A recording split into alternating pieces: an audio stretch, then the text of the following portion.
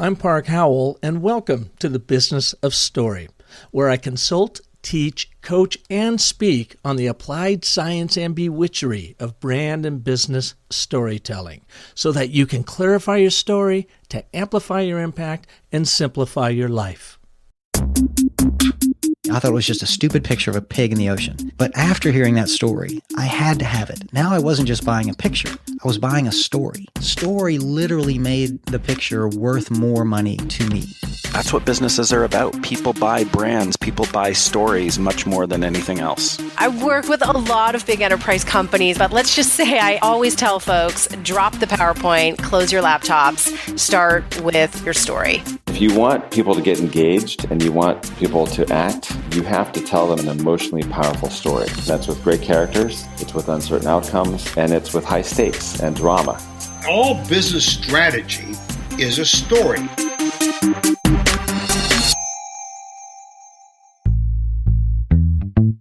A couple of months ago, I was performing a Business of Story masterclass for HR professionals and nurse practitioners at Banner Health right here in Phoenix. I was thinking about my connection story. What tale would I tell them that would connect their healthcare world to my business storytelling world? I decided to share the journey of Pat, an amazing 94-year-old lady who dedicated her life to nursing. When Pat was just 4 years old, she was sitting in a strange and cold waiting room in a hospital in Wenatchee, Washington. She was eager for the arrival of her new baby sister, Diane. Out of nowhere, this nurse shows up dressed in her nurse whites, kind of like a guardian angel. She chatted with the little girl to set her at ease and then gave her an orange. Pat never forgot the kindness of that complete stranger. In fact, she told me because of that gesture, she became a nurse. After World War II, she got married at 29, had 7 kids in 9 years, and if you ever wondered if God had a sense of humor, he put her in charge of starting the sex ed program at her children's school, St. Brendan's in Bothell, Washington. Well, after her brood had grown, she volunteered for nearly 3 decades at Overlake Hospital in Bellevue until her mid-80s. For the past 5 years, she cared for her husband who was battling Alzheimer's. Now, just imagine all of the people she has helped over the past 70 years because, as she told me, that seemingly insignificant moment in a waiting room, a thoughtful nurse, and the warmth she bestowed through the symbolism of an orange.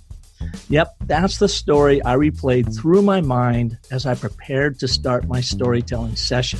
Then the craziest thing happened. I walked up to the production table next to the stage to plug in my Mac that held my keynote, and sitting next to the table was a bag of oranges. Oranges. Now, I've traveled the world consulting, teaching, coaching, and speaking on the power of story, but I've never been greeted by a bag of oranges until that moment. I think the universe was trying to tell me something, maybe that I was on the right track with this particular connection story. And that's the one thing that I've learned about storytelling. Stories have a way of summoning forces, connecting people, and bringing two worlds together like nothing else. Well, today, we have a master storyteller on the Business of Story who is making his second appearance here with his new book, The 10 Stories Great Leaders Tell. You can hear him on show number 62, sharing the 6 attributes of compelling stories that sell. Paul Smith is one of the world's leading experts in business storytelling. He's one of Inc. magazine's top 100 leadership speakers of 2018, a storytelling coach and best-selling author of the books Sell with a Story, Lead with a Story, and Parenting with a Story. He holds an MBA from Wharton School, is a former consultant at Accenture, and former executive and 20-year veteran of the Procter & Gamble Company. Today, we're going to examine why the story I just shared with you works and the 10 stories you need to learn to tell as a leader of a purpose-driven brand. So let's get this story rolling right now with Paul Smith on the Business of Story. Paul, glad to have you back on the show. Hey, Park, thanks for having me back on. It's good to be here. Yeah, I always love commiserating with fellow business storytellers out there. And when we share our stories and the impact they have, they kind of take on a life of their own, don't they? They do. And you'll find people using stories for all kinds of purposes that you maybe didn't intend when you told the story, but it turns out to have a special meaning for them. And then it becomes a story they tell for their purpose. It really does. And it, like I said, connects these two worlds together. So I didn't have a whole lot in common with these healthcare professionals other than that story. And by the way, that story is about my own mom. And so I asked her a couple of years ago, Mom, why did you ever get into nursing in the first place? And she told me that one instant when she was 4 years old, that moment. And isn't that really what storytelling is all about? Stories are Yeah. about the moments that last a lifetime. Right. Yeah. In fact, that's one thing I have to teach my clients all the time, to remind them that a story is really just a narrative about a moment where something happened, right? As opposed to, let me tell you the three things you need to do to be successful in this business, Park. Okay, that's a good piece of advice, but a story is a narrative about one moment where something meaningful happened. And then you tell people about that moment and you've just created a lasting story. And I wonder if people, executives in particular, think story is something much grander than that because we are just exposed to movies and these epic tales and these epic books that take you on this gigantic narrative. Yeah. And they think, I can't do that. But to your point, everyone can, because we all have these little moments or these scenes in our life that have informed and shaped who we are today. Yeah, that's a good observation. I think that's probably true, that we think that storytelling is this big Hollywood production that's got to be long and elaborate and really awe-inspiring and bigger than life and with music in the background. And it doesn't. It's a 45-second hallway conversation where you tell somebody about that orange that was sitting on the stage next to you that reminded you of something important. These are little stories. And I wish the English language had enough words to differentiate these different types of stories. And maybe it does, but I hate using words like anecdote or vignette or something. Why is that? Well, because these really are complete stories. And I hear words like that and it makes it, to me, it sounds like these are things that wish they were stories when they grow up someday, but they're not quite stories yet. And I think they are if you include everything that belongs in a story, who the main character is and what happens to them and how it ended, all the kind of parts that I'm sure you teach people to tell in stories as well. Or maybe I should just adopt some different language, but I think I agree with you that we often think that a story has to be this big, elaborate thing, and it really doesn't have to be. It can be quite simple. I have one of my students, I just met with him for lunch. He was a graduate from the executive master's program I was teaching in a couple of years ago at ASU. And we were having lunch last week, and he was saying he's taken that idea of a story in a moment to the extreme. He goes, every day, when I'm done with my day, I look back and it doesn't even matter if it seemed like it was the most mundane day of my business life. I will look at 3 moments in that day and see if I can't peel a story out of each one of those that I could potentially share with someone as a learning point. And he said, to my surprise, even in the boringest of days, you find these little moments that create this insight that you can share. Now, these are big sweeping tales by any stretch. They are Right. kind of anecdotal, but they are something that he learned, in that instant. Yeah, that's a good challenge. I think we probably could, if we reflected at the end of the day, find those. Yeah. Now, when you started in the business world, were you always a business storyteller, or was story something that found you? I was not. In fact, that's why I got into this, is because I was frustrated that, here I spent a couple of years getting an MBA and 4 years before that, getting an undergraduate degree in economics, and spent my time as a consultant, and then, joined Procter & Gamble. And in none of that did they teach me how to tell stories. And I don't think I was naturally gifted in that area. And that just frustrated me. And so I kind of set out on my own little learning journey by interviewing senior leaders and executives and CEOs at companies all over the world to learn how they were doing it. And somewhere along that journey, I realized, gosh, if I want to know this that badly, maybe other people do as well. And so it became the idea for a book, which ended up leading to other books and a change of career for me. But no, absolutely would not have considered myself a storyteller. I wanted to be better at it. And that's why I ended up having to learn the hard way. When you were at Procter & Gamble, were you in the marketing world? I mean, it seems like whenever anybody says they're at P&G, I'm always thinking they're out selling products or selling brands. Is that what you were doing?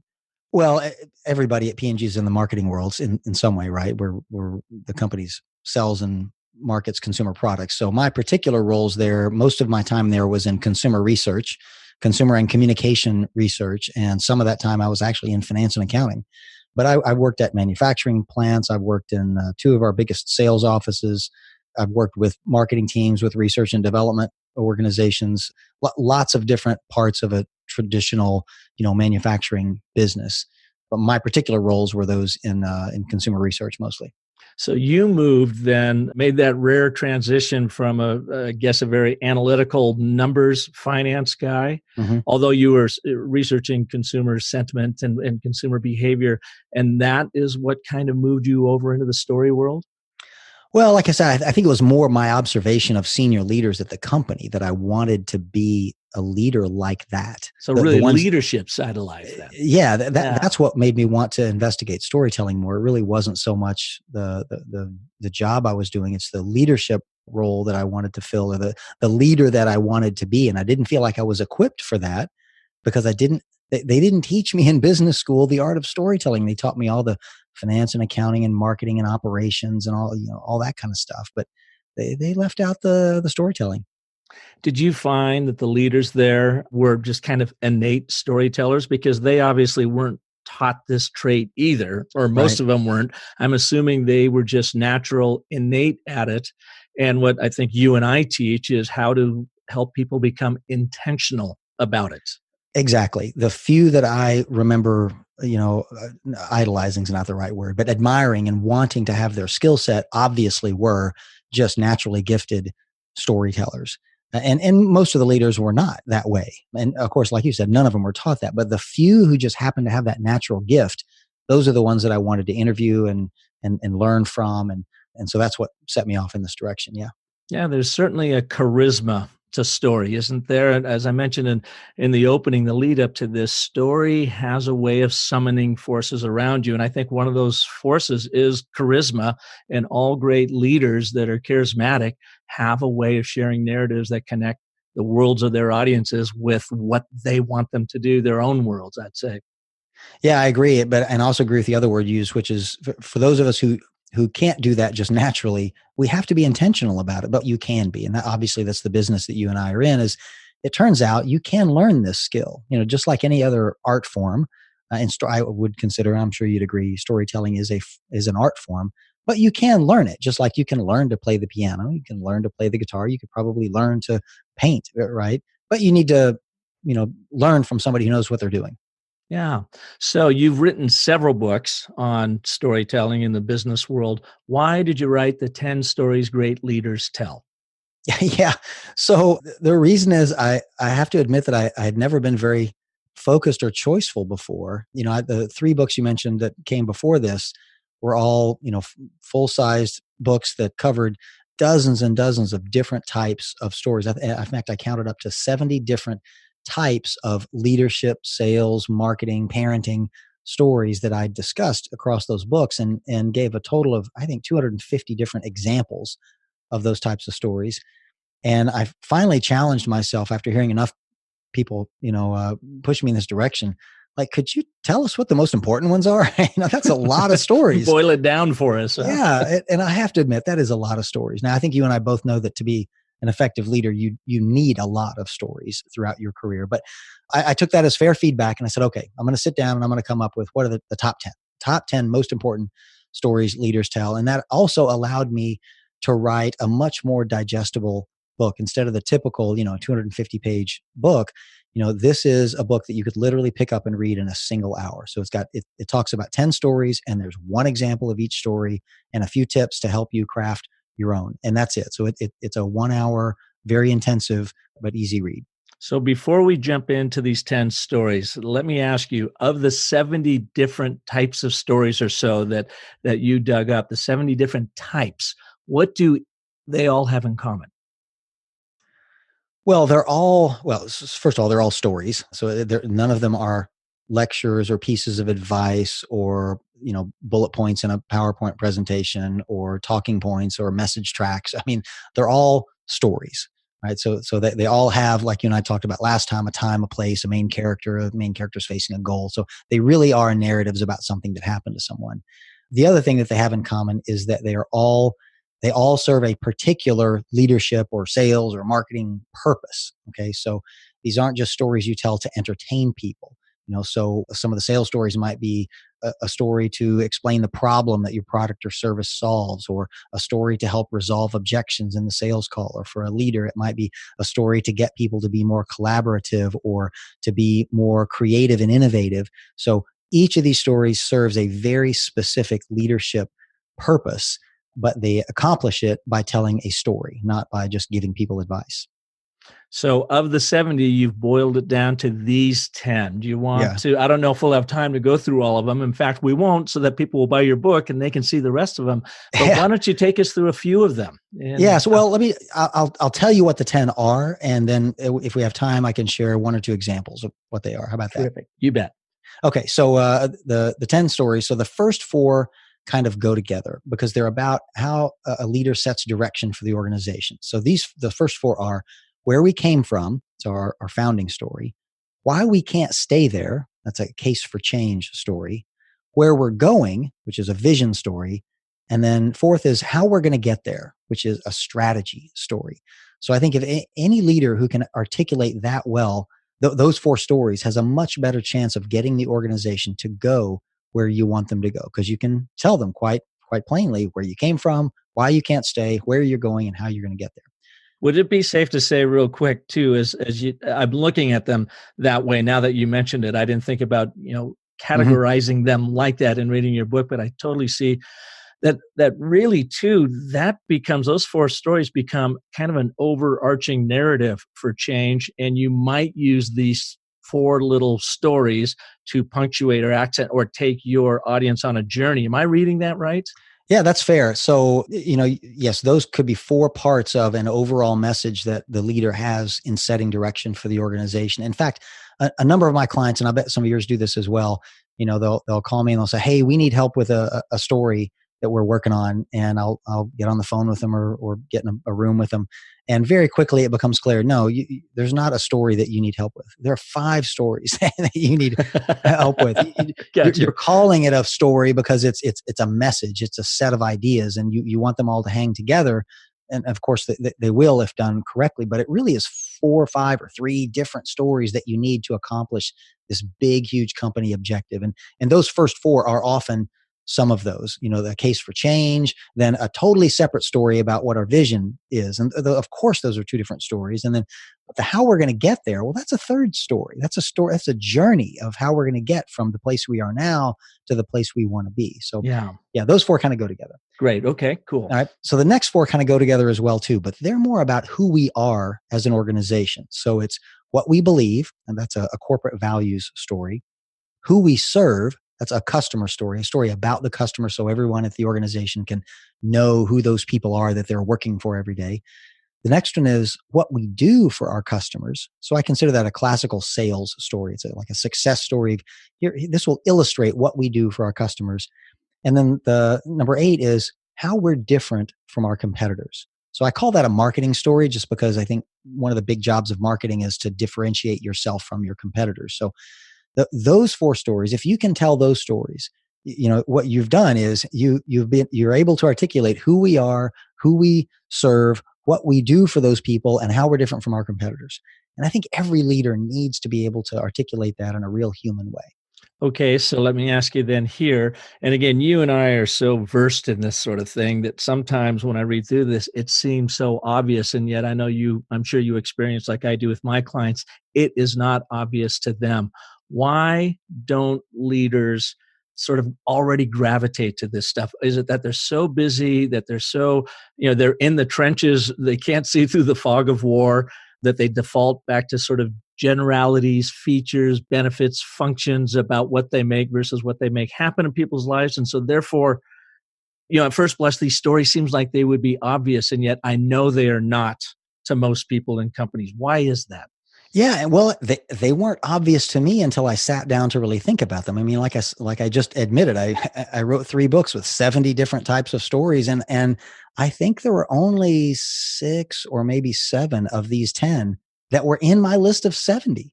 Right, so there were a few of them I came up with after I really sat down to think of what are the most important ones, because most leaders don't have the luxury like you and I do of working with dozens or hundreds of different leaders throughout the course of a year. So the way I came up with this list was I started with, what are the stories that my clients most frequently ask me for help developing?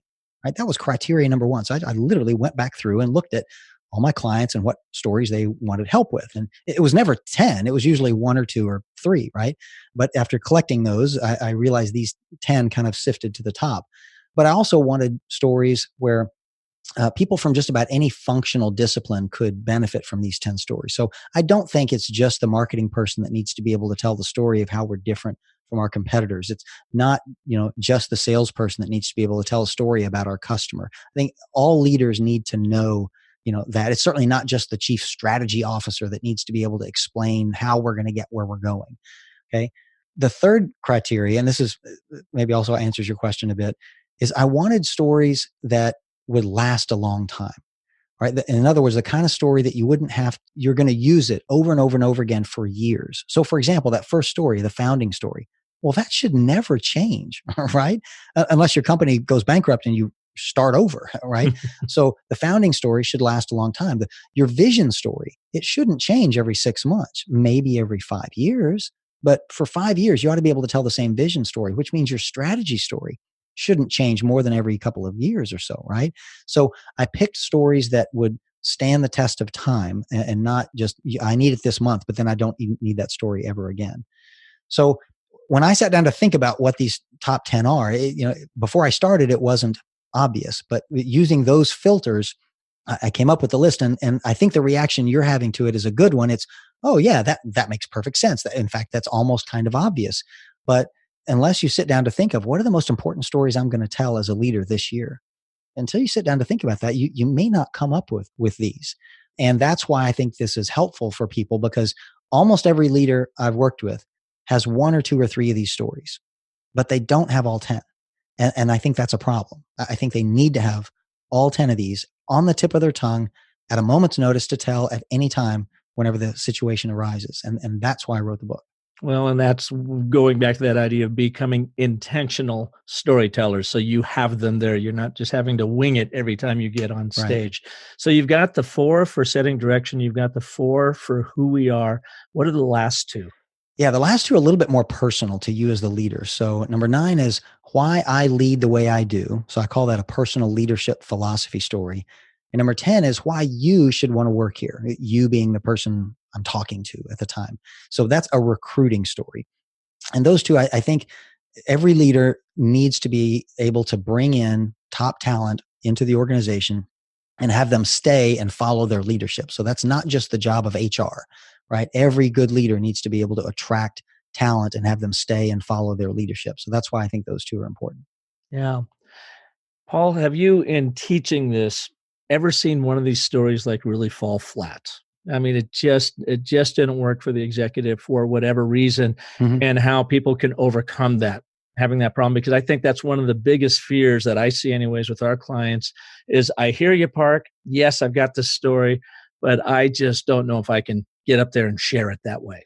Yeah. So I see lousy stories all the time. Sure. I'm sure you do as well. And that's our job, is to help people make them better. So, a number of things that leads to lousy stories. One is when you're telling a story to serve your own purposes and not to help the person you're leading, it often results in a bad situation. It usually self-serving stories, just stroking your own ego or whatever, those typically fall flat. People who are attempting to tell a story because they've been told they need to tell a story, but really have no idea how to craft a story, that usually doesn't work out very well. In fact, one of the other reasons why I want to write the next book that I would like to write is because of some feedback I got on a LinkedIn post I did recently.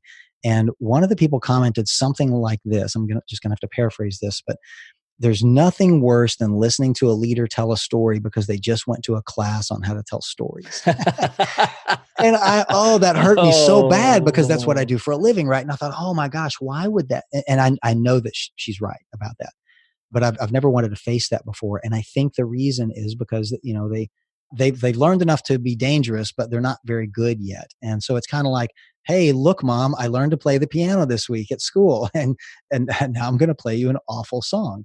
So I'm sure that happens so that their heart's in the right place, but they just don't have any of the techniques worked out yet. And that's what people like you and I can help them practice, practice. And I suppose too, that's kind of in that self-serving realm too, even though they may not maybe purposely think that, but they're going to go, hey, I just learned this, so I'm going to roll it out and see how it goes. And the people sitting there watching them tell that story going, oh my God, it is self-serving in that he's just rolling this out for the first time versus shifting that view to being in service of the audience. Then all of a sudden, it almost doesn't matter how good or bad you are at telling that story. As long as it's in service to the audience, they will forgive you for not being a great storyteller. And that's all right, because most of us aren't great storytellers. Right. Yeah. If they can tell that, look, I'm sharing, for example, if I tell you a story about one of my biggest failures in my career, it almost doesn't matter how lousy I am at delivering the story. You will appreciate it because you realize, wow, he really just shared an embarrassing moment in his life, because he wants me to not make that same mistake. So he's being very generous in sharing this embarrassing moment at his own expense because he cares more about my growth and development than he does about his own ego. Do you have one of those moments that hit you as a storytelling coach where it just fell flat, and what you learned from that? Oh, I'm sure I've had many. I can tell you that one of the big problems, and I'm sure I had this early on, is delivering a story that sounds scripted and memorized. In fact, in doing the research for one of my books, I asked a bunch of professional buyers, professional procurement managers, what is it that makes a sales pitch sound like a sales pitch? And almost all of them gave me the same answer. They said, when the tone of the conversation changes from conversational to something that sounds scripted and memorized, that's when they said, I know the sales pitch is on, and the hair on the back of my neck stands up and I immediately get really defensive. And so you don't want your stories to sound like somebody's reading to you. And I'm sure I did that early on, as I would practice my stories so much so that I could just recite it perfectly from the script that I had written. And then it probably sounded scripted and memorized. And so now I advocate a more extemporaneous type of storytelling where every time you tell the story, it's going to be a little bit different, which is the more natural way stories are told. And you avoid that by not scripting the story to begin with. You simply outline the story, right? And here are the 8 questions that I talk about. The 8 questions your story needs to answer. Remember the answer to the 8 questions, but don't remember the script. Don't even write a script if you don't have to. Just remember answer the 8 questions. And that way, every time you tell the story, it'll sound just a little bit different. Yeah, I've had that same problem too. I call it going from bro to brochure, where if I'm just sitting down and chatting with them, it's like totally cool. But then you're right, you go into sales mode and all of a sudden, all right, let me show you. And you just sound like a brochure and you lose them. That's a great, I'm going to have to borrow that, bro to brochure. Yeah, we want to go from brochure back to bro. Exactly. Yeah. Get back to bro. But I think, some of my biggest failures on stage is getting too complicated. So I would get up there and I would, start telling a story, and I would feel like I have to put in too many details because, of course, the power of story and creating those images in people's minds are in the specifics.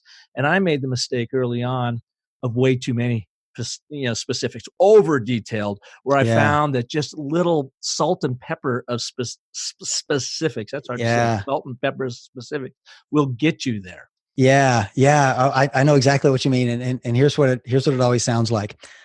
It was a warm September morning and the leaves on the trees were slightly crimson, and the scent of lilacs was wafting through the air. And they were quaking in that early spring breeze. Yeah, which, I mean, it would be wonderful in a 19th century romance novel that you're reading by the fire on a Friday night. But in the boardroom on Monday morning, that is not what your audience wants to hear. Yeah. Right. Yeah. So I think you're right. In fact, I think the way I articulate it to most folks is details are good if they explain the motivation of the characters in the story. right? So the fact that, my face is getting red and my knee is bouncing up and down and my pencil's tapping on the table and all those details are important. If halfway through the story, I, as a character, have a mental breakdown and just lose it right there, that those are clues that that's about to happen. But if I don't ever throw a hissy fit, then all those little details were really irrelevant, so I think they need to explain the main character's motivations in order to be really relevant to the story. If you show a gun in the first act, you better fire it in the third act. Exactly. Is that right? You better use it. Yeah. Or it was irrelevant detail. Let me ask you too, Paul, and I think for our listeners, because we all succumb to this, and that is the generality, staying too high level when we are trying to put these narratives and these stories together.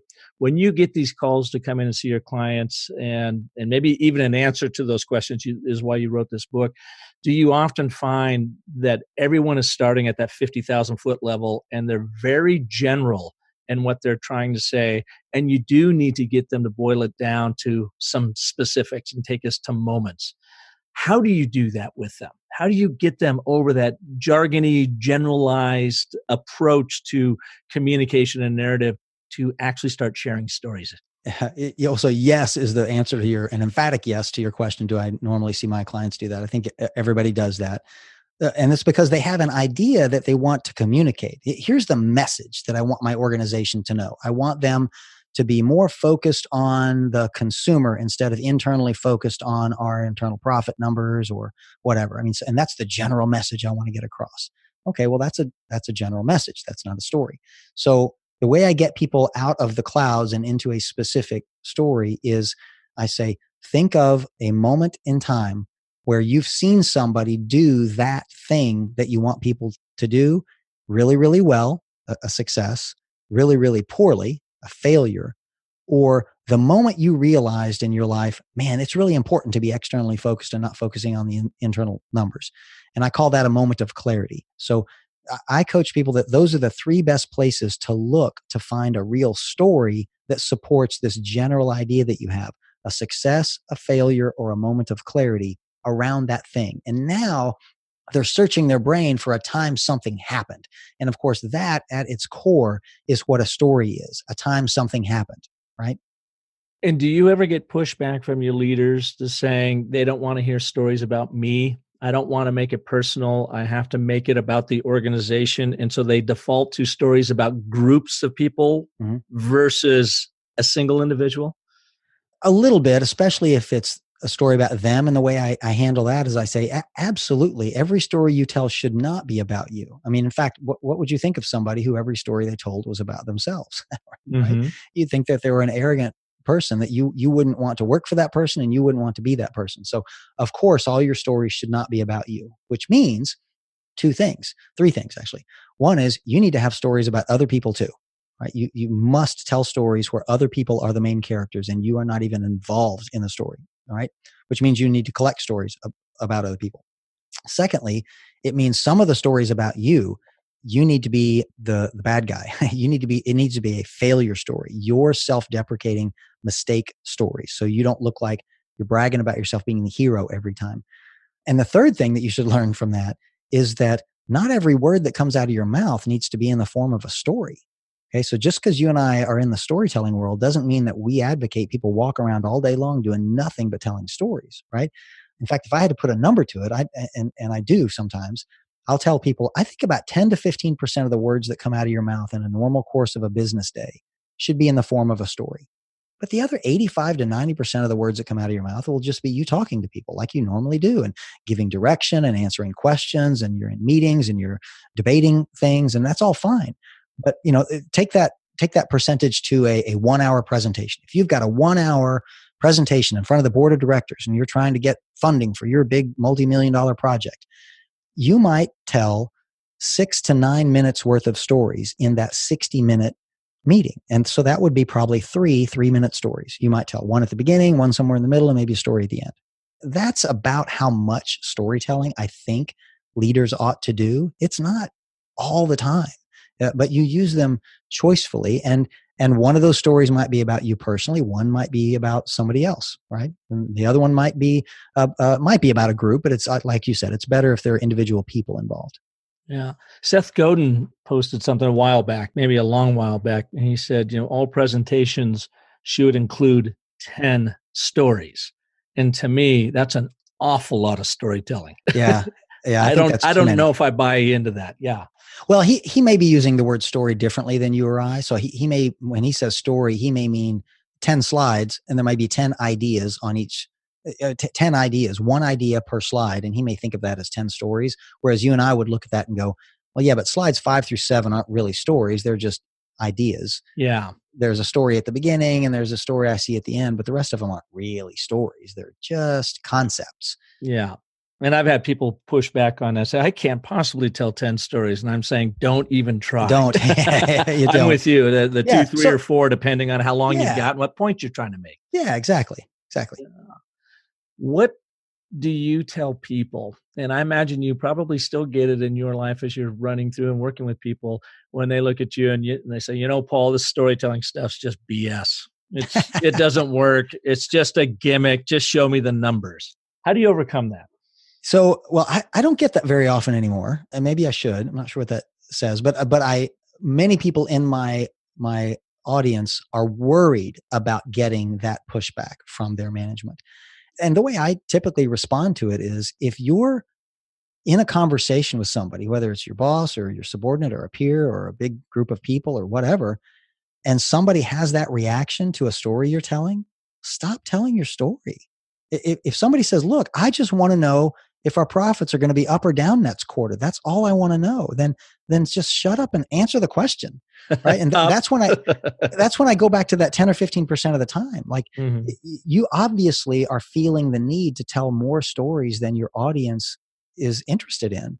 And that's okay. Then stop telling stories and just answer the question. But you'll recognize there are times where your audience needs a story, and you should be bold and tell them the story. But very rarely is somebody going to interrupt you in the middle of a story and say, I hate stories. Stop telling me a story. But if it did happen, then I think you should honor that. Yeah. Or watch their eye rolling. Maybe they won't even articulate it, vocalize it, but you can tell by the body language, oh my God, I'm losing them. I've had that happen as well. So It kind of comes down to, and I wrote down here, maybe I pulled it right out of your book or just in our conversation, really one of the 3 main areas when a story really pays off is, first, if you're just trying to create clarity. So let me give you a quick little story, anecdote, whatever, that clarifies the point I'm trying to make or where we currently are. You use a story to inspire people.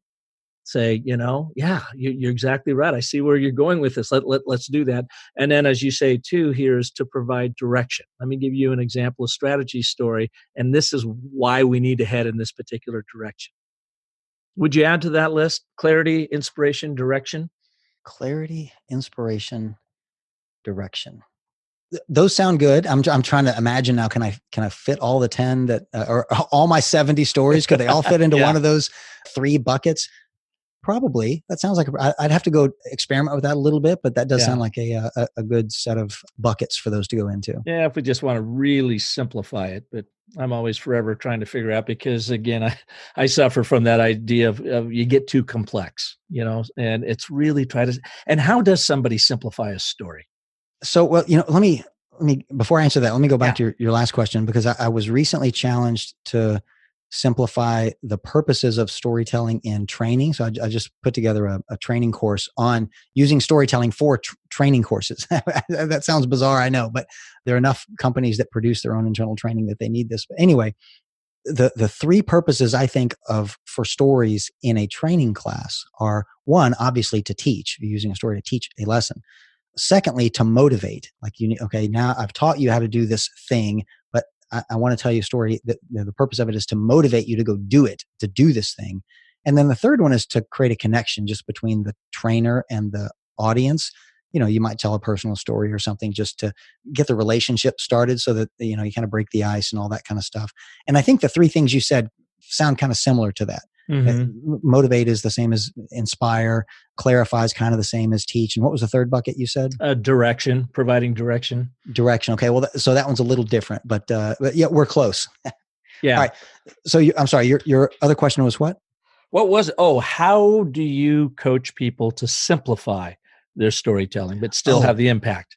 So, and simplify, it means make it shorter, right? Yeah. Is that what you mean? Shorter, clear. Yeah. Don't, Okay. get out of the complexity of some big sweeping narrative. Yeah. So two ways. One is for all the stories, I suggest that they answer the same 8 questions. And I don't know if we talked about that last time, but it's why should I listen to this story? Where and when did it happen? Who's the main character and what did they want? What was the problem or opportunity they ran into? So I got a list of 8 questions like that I think structures a story. And the first piece of advice is, if you're saying things in the story that are not answers to one of these 8 questions, then it's probably too long. It's probably too complex. Everything you say should be an answer to one of these 8 questions. Everything else is unnecessary. And the second thing is, once you've done that, and I actually coach people, I've got a little template that has the 8 questions down the left-hand side and 8 big boxes on the right for you to write the answers in. And the answers are just in little bullet point forms, right? So that they don't have that scripted, memorized sounding story. They've just got these little bullet point answers. And there may be 3 or 4 bullet points in each box, in each of the 8 boxes. And I say, okay, so deliver this story. And if it's 10 minutes long, that's obviously too long and too complex. You need it to be 3, 4, 5 minutes long. So the way I tell them to do that is start deleting bullet points, but not just deleting the things that you think are the least important in total. Because what can happen then is that you end up deleting everything in box number 3. Well, now you have an incomplete story, right? It's only got 7 answers to the 8 questions. What you need to do is delete some of the detail in each of the boxes so that it gets down to a 3, 4, 2, 1 minute story, whatever it is that you need it, however simple you need it to be, but that you still have something to answer for each of the 8 questions. So now you have a complete story. It's just a shorter, complete story. Does that make sense? Yeah, it does. And do you find that people will go to that length to fill that out? And I ask that only because my experience is when you're working through a worksheet like that, unless I'm sitting over their shoulder, I get maybe 10% of them that will actually take the time and put in the energy to sort through all that. Yeah, well, of course, that's the thing that we as trainers almost never know is after I leave, are you still using these tools? But I occasionally get people that write me and say, hey, I ran out of worksheets. Can you send me more or whatever? But anytime somebody writes me and says, hey, my story's too complex, can you help me make it shorter? That's the first thing I do is I say, well, go back and show me your bullet pointed answers to the 8 questions. And then we can start deleting things. And it works out pretty quickly that way. Yeah. Show me your work, as my math teacher used to say. Exactly. I don't show it to you because I don't know how the hell to do it. So right. One thing I have found that's been helpful for me and with the folks that I train too is when you are thinking about your audience, I also find that this helps get you out of your head and into theirs so that you really are in service to them, is ask yourself these 3 fundamental questions. What do I want my audience to think, to feel, and to do when I am done with this particular presentation? And it may be a presentation that just has 1 story in it, or it could have 3 or 4, depending on how long the presentation is. But I find that has always really helped guide me in my presentation. What do I want them to think, feel, and do? So when I'm done, that I make sure that I have shared stories to make my business points that touch on each one of those, emotions and behaviors. Yeah, well, at first I thought you were reading from my book, but maybe I read something yours first because that's Was that in here? That's exactly the question I ask. It's the first question in my story structure is who's the audience, and what do I want them to think, feel, or do after hearing the story? Yeah, because until you can answer those questions, you're not in any position to pick the right story to tell. right. It's like a genre. It's like Hollywood, filmmaking is you're not going to show your audience a family-friendly movie if they're showing up for action and adventure. Exactly. Yeah. And so I think us executive business storytellers or leaders really need to think that way too. The genre of the kind of presentation you're going to get has to be from the framework, the worldview of your audience. Mm-hmm. Yep. Yeah. So can you share 1 or 2 of these stories in action? Pick any one of these 10 and give us an example of how it worked. Yeah. So, let me pick number 9 as my favorite today. Why I lead the way I do story. Exactly. Why I lead the way I do. So the example here is from a guy named Mike Figliolo, who was a West Point guy. So he spent some time in the Army. And one of his first leadership experiences was as a tank platoon leader. So he was literally like the sergeant in charge of. That's probably. I'm probably going to get email from people that says I don't know my titles right, and I probably don't. But anyway, he was a tank platoon leader in charge of 15 soldiers who manned 4 of those main battle tanks. And in one of their, and I don't think the guy ever saw any real live combat, but they did lots of training exercises. And one of those training exercises was out in California, Fort Irwin, I think it was, and they had this 10-mile long, 5-mile wide training battlefield. And there were 800 tanks going to go into this simulated battle. So it's basically a game of laser tag with real tanks. So real tanks, but they're not shooting live ammunition. They're shooting lasers at each other to see who wins and loses. And so there are 400 tanks on one side of the field and 400 on the other side. And his tank happens to be the first tank on one side of the field with 399 other tanks in wedge formation behind him ready to go into battle. Well, so since he was the first one, he had to spend time the night before with the commanding officer, looking at the terrain, the map of the field, and figuring out a strategy and where does he go to get the high ground and hopefully win the battle.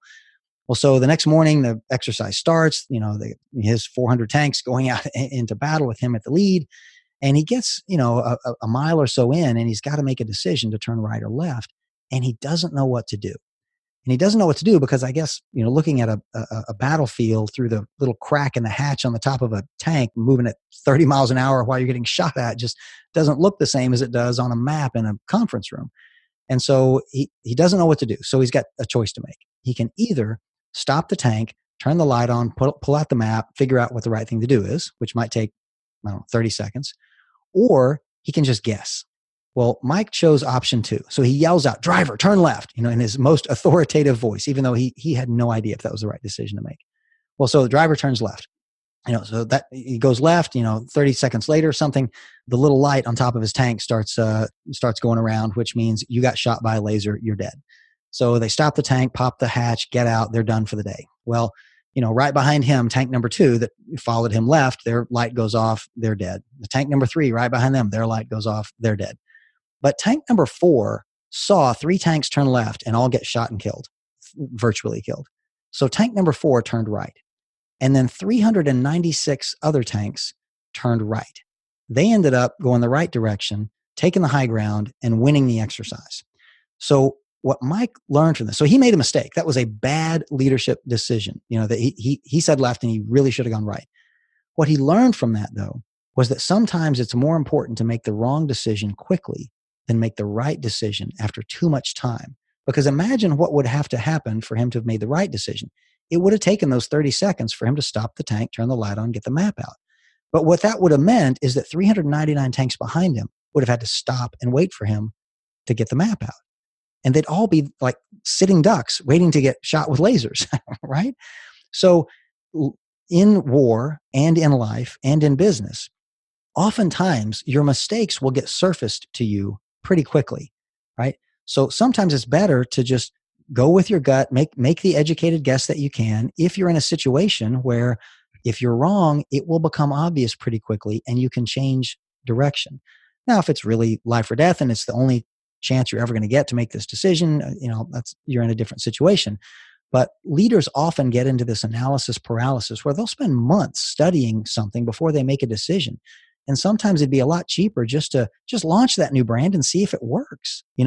If nobody buys it, then stop selling it and make something else. You could study it forever and ever, and you could have made 3 brand launches in that time. So he tells that story now to explain to people why he is the leader that he is today. Today, Mike is a very decisive leader. He makes quick decisions, but he's also a very forgiving leader. If you make a mistake, as long as you learn from that mistake.